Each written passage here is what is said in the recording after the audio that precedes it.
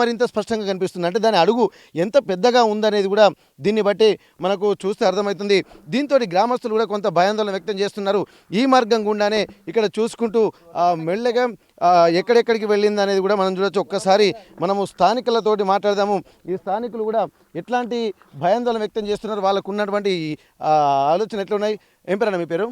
నా పేరు సమ్మయ్య. ఓకే, ఇక్కడ మీ అమ్మపురం గ్రామేనా? ఇక్కడ స్థానికులు కూడా, ఎందుకంటే పొలాల దగ్గర ఉన్నటువంటి వాళ్ళే ఉన్నారు ఇక్కడ. మీ పేరేం పేరన్నా? మల్లయ్య. మల్లయ్య. కొంటి మల్లయ్య. ఓకే, ఇప్పుడు పెద్ద పులి 2 లేగ దూడల్ని అక్కడ అక్కడ ఒక ఆవును, ఇక్కడ 2 దుడ్డల్ని కూడా ఇక్కడ కరిచిందని చెప్పి అంటున్నారు. లద్నూరులో ఒక దుడ్డని తిన్నది, అమ్మపురం ఒక 2 దుడ్డలు తిన్నది. అంటే ఇక్కడ 3 మొత్తం?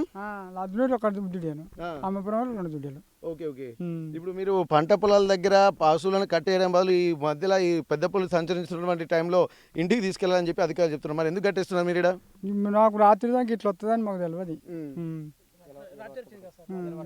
ఓకే, రాత్రిలో ఇట్లా వస్తుంది, ఇట్లా దుడ్డే బాగా తింటుందని తెలియదు.